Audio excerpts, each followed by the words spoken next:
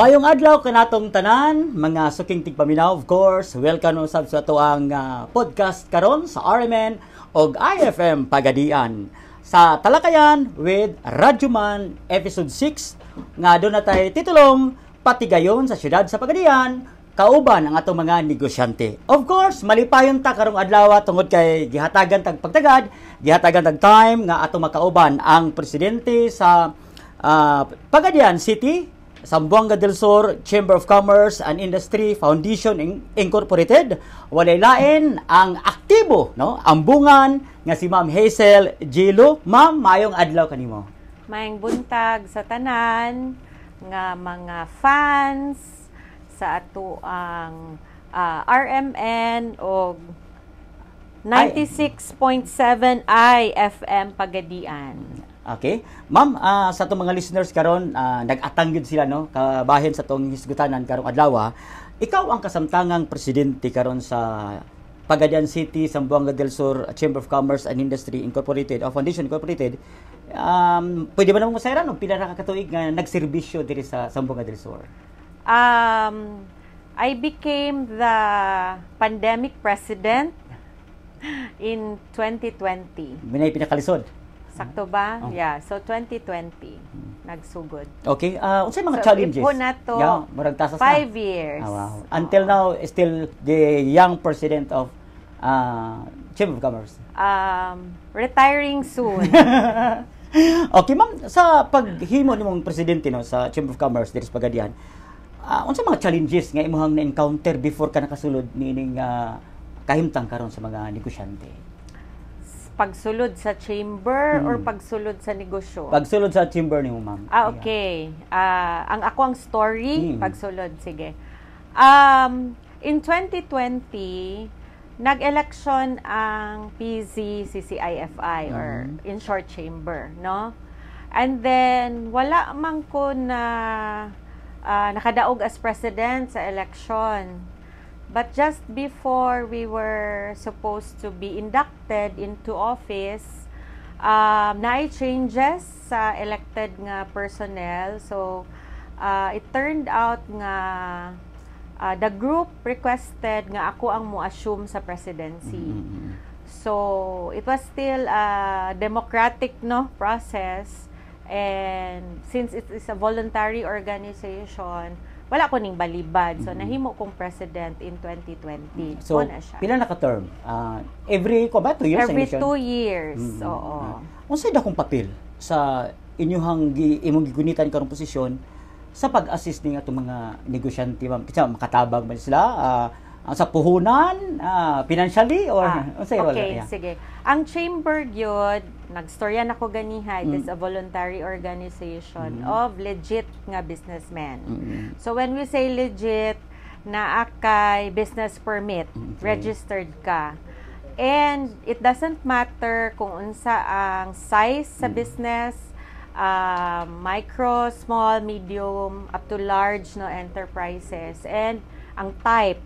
So, pwede siya single proprietorship, pwede partnership, pwede corporation, pwede gani co-op. Okay. So, we have members who are that are cooperatives. And then, unsa ang role sa chamber? Okay, dili lang siguro unsa ang role sa president, but unsa gid ang role sa chamber. Now, the chamber is a bona fide member of the Philippine Chamber of Commerce and Industry.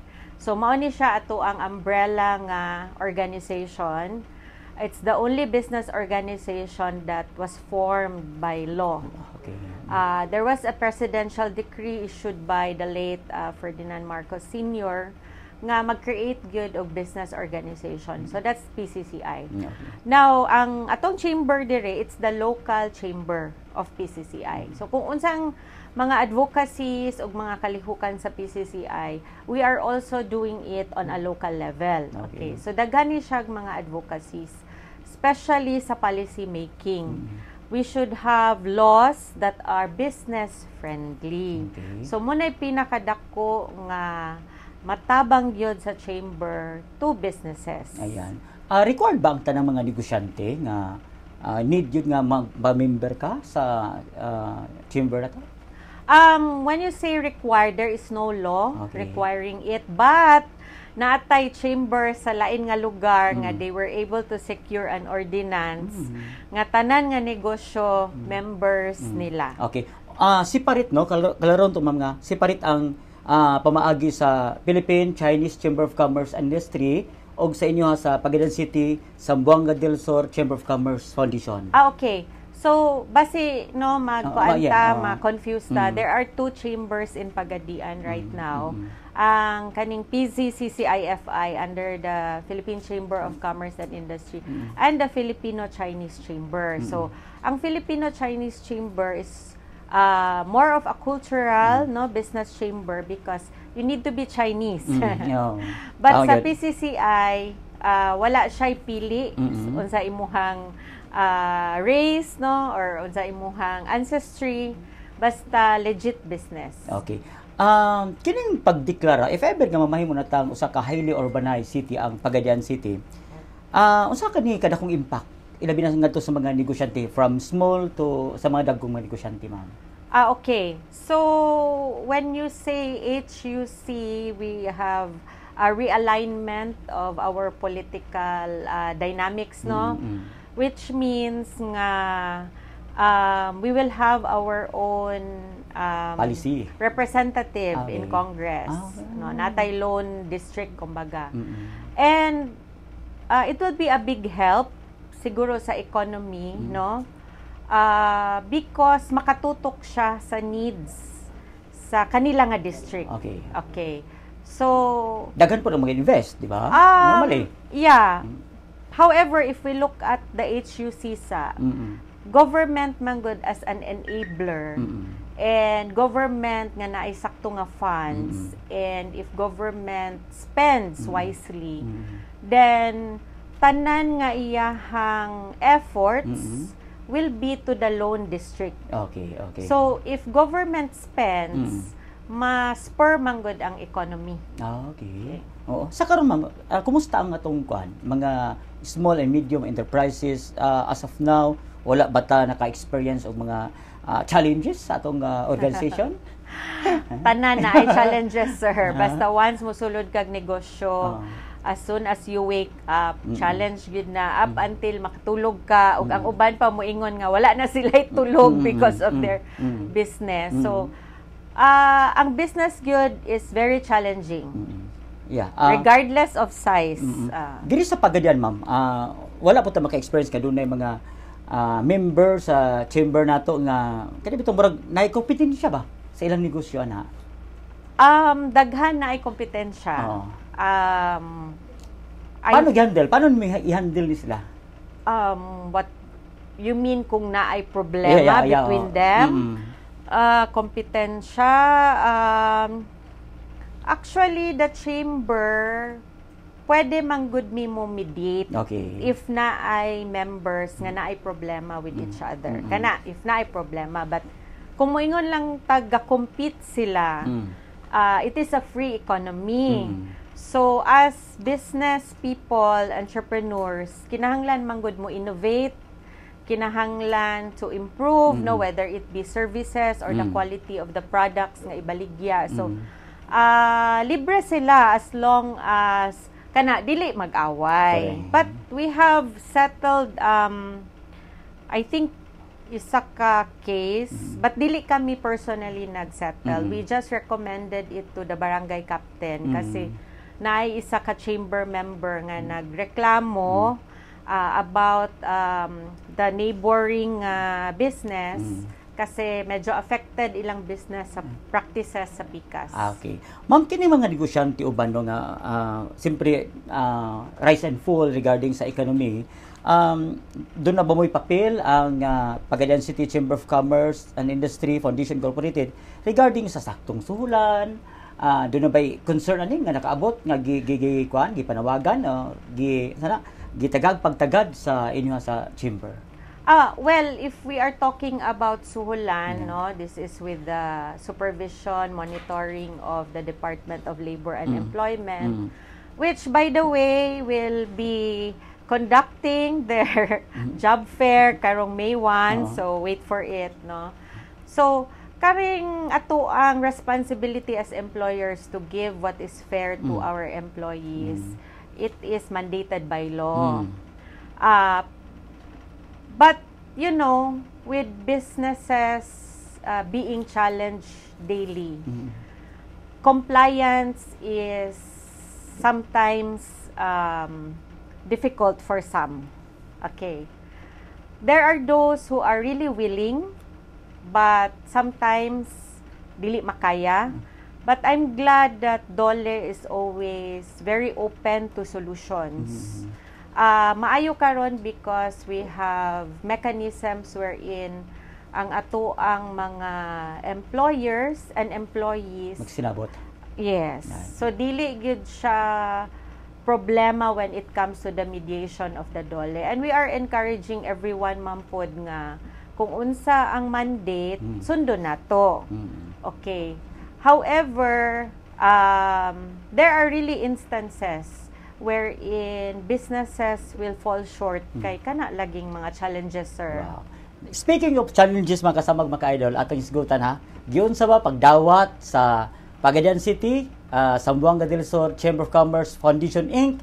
Kining pipila ka mga situation, labi na ang politics diri mismo sa dakbayan sa Pagadian. Mubalik mi ay maghawa.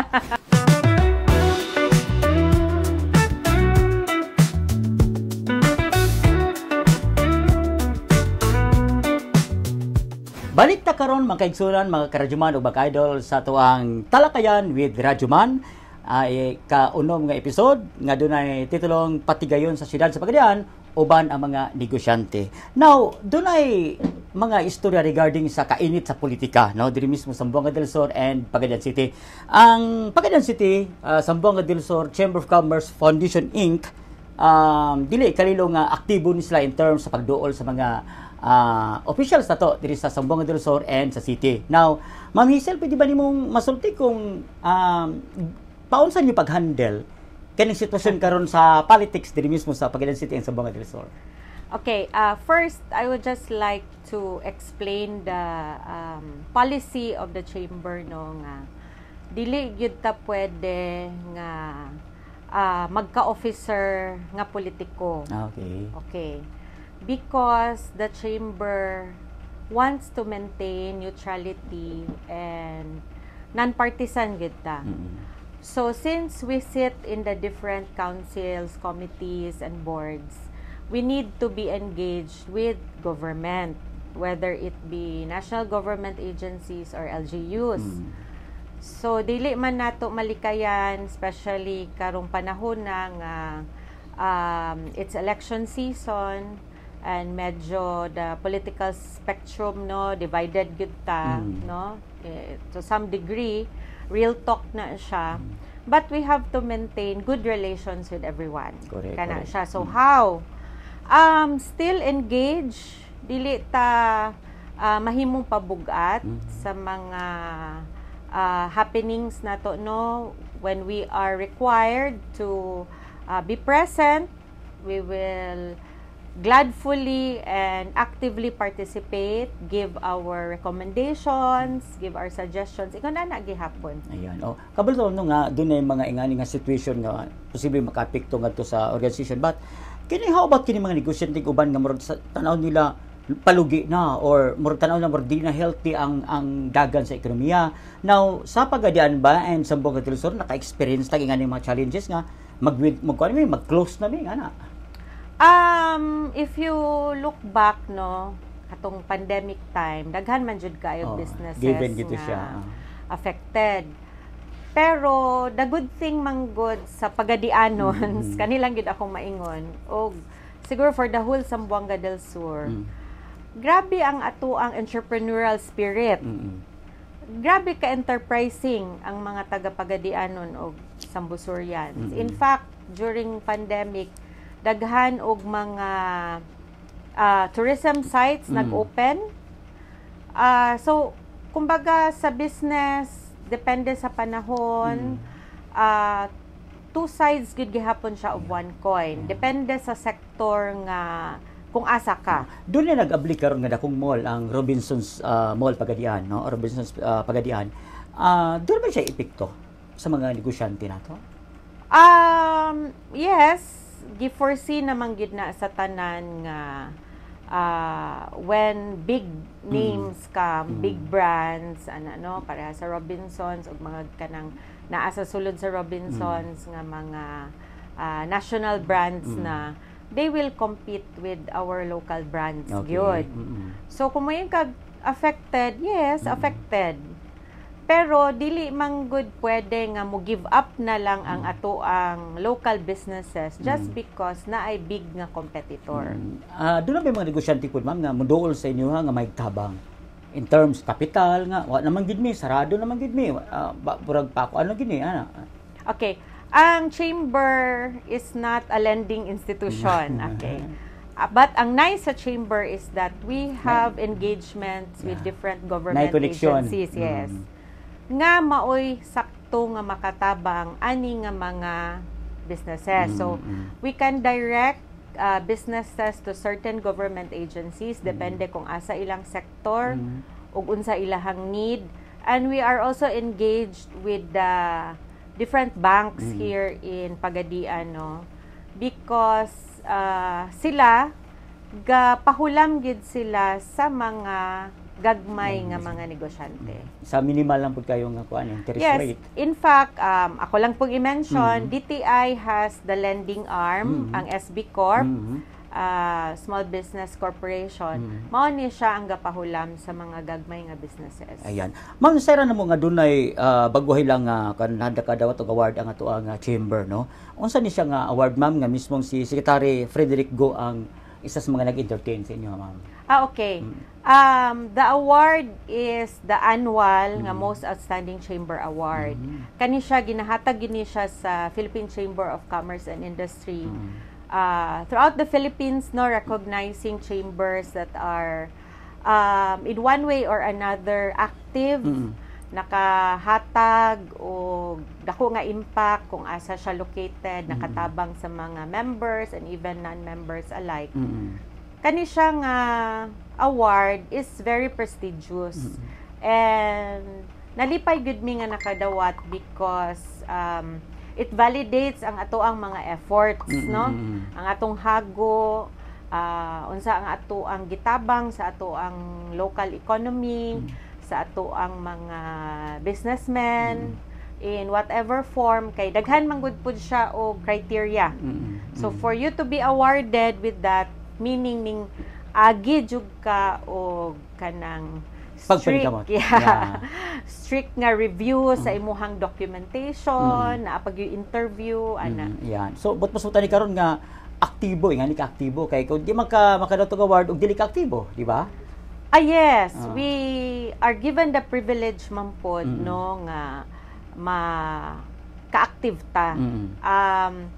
Nagpasalamat pud ta kay ang ato ang LGU very supportive. Okay. How about kon, ma'am? Kining mga negosyanteng uban nga wali pakialam. Kanami tawag, sige, kamo lang dira, igo lang yung suporta, yeah. Siguro for all of us na amang gyud tay kanang thinking nato nga unsay makuha nato kung mo join. What is it? What is unsa na siya? What's in it for me? Unsay makuha namo diha, di ba? O mag-apil-apil mi, di ba?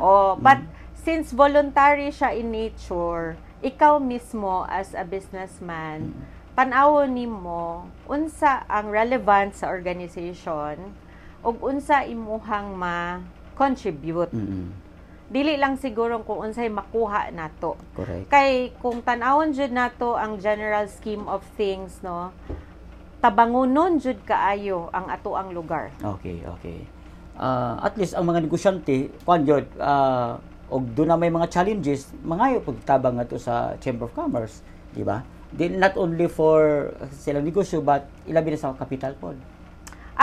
The capital, as I said earlier, we direct them to agencies and perhaps institutions. Pwede makarecommend, pwede makarecommend. Yes, Chamber. and even kanang kuan, consultancy. Okay. Oo, like naa sila'y problema sa business, mangita ta og way how to help them. Unsa ka tinuod nga atong business permit diri sa Pagadian, house through nga medyo taas-taas gyud. Unsay taas, I-compare sir? sa kining sa payment, Dugay, Oo. Sa payment man. I-compare okay. sa ubang mga kuan. Naamang yoy move ang DILG for local government units to implement digitalization. Okay. Now for the businessmen and those nga ganahan mo engage in business, masayon gyud nga naay mechanism wherein sayon lang mag-apply, sayon i-process, paspas ang process. Now, for the length of time to get the business permit, nakadungog mi nga varied, no? Ang pag-release, naiuban nga paspas, naiuban na dugayan. I've been telling the members of the chamber nga kung naamoy problema, just approach the chamber because we will see asa ang bottleneck. Oo. Unsaon nato pag-solve ang problem. Okay. So uban pang hisgutanan mga ka-idol o ba karadyoman kay dunay paghimuon nga usa ka Econbis forum, tama ba? Nga pagabuhaton ilabi na dis Tacbayan sa Pagadian. Atong sayron ug unsabay mga posibleng hisgutan og unsabay pwedeng ika-recommend nga negosyo ang Pagadian City, Zamboanga del Sur Chamber of Commerce and Industry Foundation sa mga wa pay negosyo. Mobalik mi ay moghawa.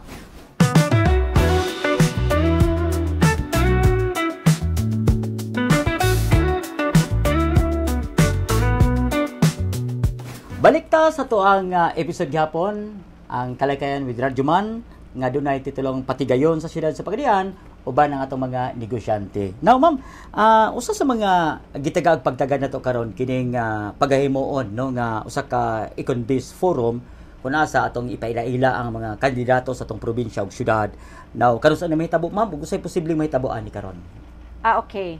So kaning Econbis forum, isa ni siya ka event nga gimugna sa mga different nga mga organizations. So the chamber is the lead convener, but natay mga kauban. So, ako na lang silang panganlan, ha?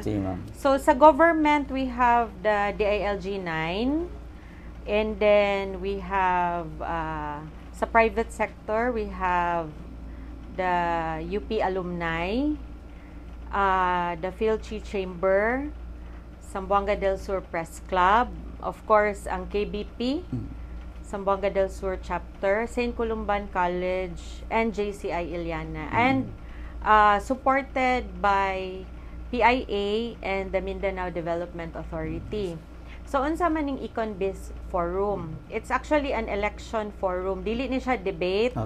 It's an election forum wherein our aspirants will be given the platform to present ang ilang mga economic nga mga plans and programs. Nakasentron siya ma'am sa ekonomiya, plano niya? Yes, we are strictly confining discussions to the economy. Pareho anang kanang plano nila nga padaghanon ang trabaho, pero dili raman gud na nga padaghanon. Unsay himuon ninyo? Sa plano. Para naay trabaho ang mga tao. So we will go to mga kuan gyud nga mga discussions, medyo lalom. Kining discussion mga kining activity but pasabtan ni karon nga tanan invited. How about katong dili mo participate? We have given advance notice na although informal pa lang siya nga mga notices, we've given to our aspiring governors, governor. Our mayor sa Pagadian and the two representatives sa Congress. So that would be Pagadian City Mayor, katong gabay sa posisyon sa Pagadian City Mayor, as Zamboanga del Sur Governor, and Congress, unsa ba sakto? Congressperson? Representative. Representative of the 1st district and representative of the 2nd district. Nagkuan ko kay ang isa manggod congresswoman, ang isa congressman, di congressperson na lang nato. Okay, ma'am, kini nga kuan, kini nga activity usab sa man open ba ni tanan? How about dili ka mahitabo nga dunay kada bitong kajawan ana padaghanay mga supporters? Yan naman ba? We are looking into a venue that's neutral. Okay. And Wala mag-sponsor? Naas possible nga mo sponsor. Okay. The details will come out most probably early next week. Yeah. So, tananta, we have to participate. Kung moingon ka nga daghan ang magkantsawan, well, it's part of the activity. It's part of the activity, but I hope nga taman lang sa kantsawan. Correct. And it will be friendly banter lang. Yeah. No? Nganong gihimo ni sa Chamber of Commerce Foundation Incorporated? Kini ba para masukod ang ilang kapasidad sa pagtan-aw ilabi na sa dagan sa sa matabang nila sa dagan sa Patigayon, ma'am? Okay, important manggod sa isa ka leader nga makitaan sa tawo ang iyahang vision. Now, for us who are engaged in business, we want to see the leader's vision when it comes to the economy. Okay. Kasi dagan ang isa ka LGU mampod, no? Tungod sa mga negosyante. Ayan. Dako ang business sector nga unsa ba ni siya? Dako ang participation sa business sector when it comes to the development and growth sa isa ka lungsod. Yeah. At least ninot ni kay nganuman ang mudagan pagka-governor, pulos babae, di ba? Ang mudagan pagka-mayor pagadian, pulos mga engineer. At least doon na sila maayong plano, di ba? Ang pangutana na karon, unsaon nila pag-discuss, unsaon nila pagbaligya ngadto sa mga tao. Tao, ma'am? Yes, as applicants of the positions, no, we call them applicants kay di ba in business kung mangita ka og naay empleyado, aplikante mga may tagtrabaho. The same ni sa ilaha. They are actually applicants, Okay. no. Okay, ma'am. Basigado na kay kon siguro. Madugang ilabi na kung mga activity kalabutan sa Business Week nato diri sa Zamboanga del Sur. Okay. By virtue of a city ordinance, naagyud tay annual business week. Okay. And Pagadian City LGU has already committed its support for the past pila na ka years. I think 13, 14 years, no, nga kondakta ani nga business week. So, isa na siya sa atong major nga mga events. Other nga mga kalihukan sa chamber would be different trade fairs, capacity building activities for our members, mga different nga mga meetings, no, with NGAs and mga representation nato, no. And also we have our monthly business marites. So hopefully naami business marites nga i-cover ninyo. Ninot yan na kay masayran unsay mga update. Yes. Kung magmarites naman lang ta, kana na lang sa business. Okay. At least nga makatabang. Yes. Okay, ma'am. Diri sa Pagadian sa Zamboanga del Sur, unsa may pinaka natan-aw niyo nga nindot nga sugdan sa negosyo kung do naman? Daghan gyud ta og opportunities in Zamboanga del Sur. Okay. Pero ang isa nga kulang gyud ta is manufacturing. Okay. Manufacturing manggod dinaghan manggod ni iyang ma-employ. Makatabag dako gyud. Oo. Naalang pod ko pwede ra ko mo mo insert gamay. Oo. Ang kaning ato ang mga investors gyud unta nga gusto nato i-invite, no. Nagapangita ni sila og maayong infrastructure. Reliable power. Correct. Tubig. Kanag yung electricity, no? Stable electricity. A good road network to the areas nga ilang ibuta ilang mga planta, communication. Kana siya nga mga infrastructure. How about kini sila? Nakuan ba ni? Nakabuot ba ni sa city? For the whole Zamboanga del Sur, ato ang current situation is kulang pagid ta. Rate ni ma'am from 1 to 10. Taas ang 10. Napajud ta sa below 5 pagid ta. Below 5, Sir Mel. Siguro 4.8 o 4.5, di ba? Murag dili pa jud ka abot diha. Okay, ako yung rate ma'am kay kon ma'am nasa mga 3.2. Okay, dili ko musulting figure, but kanilang ang atong criteria. Yeah. Okay, katong gisulti nako. Aside from that, business friendly nga mga balaod. Okay. Okay, kasi ang mga investors gapangitag incentives. Yeah. Okay. Tax incentives. Diba? Yes. So, aside sa BOI, naapag yun mga LGU nga incentives. And gapangita na sila og maayo nga talent pool. So, Okay. sakto ba ang ato ang mga tawo, naa ba sila skills, capacity no to be hired. Daghan og ginatanaw and ang land use. Okay. Kinahanglan ma-identify na nato asa ang ato ang mga industrial areas. Yeah. Oo. So, kansya na siya tawag ganyan naman kanang gizoning siya, di ba? Yes. Oo. At least nga makabalitag asa sila ipangbutang. Siguro ma'am, magdoon na pa kay gustong ipaabot nga mensahe karon labi na sa inyong mga kauban mga negosyante nga nagpaminaw karon sa tuang talakayan with Rodney Man. Okay. Thank you, sir.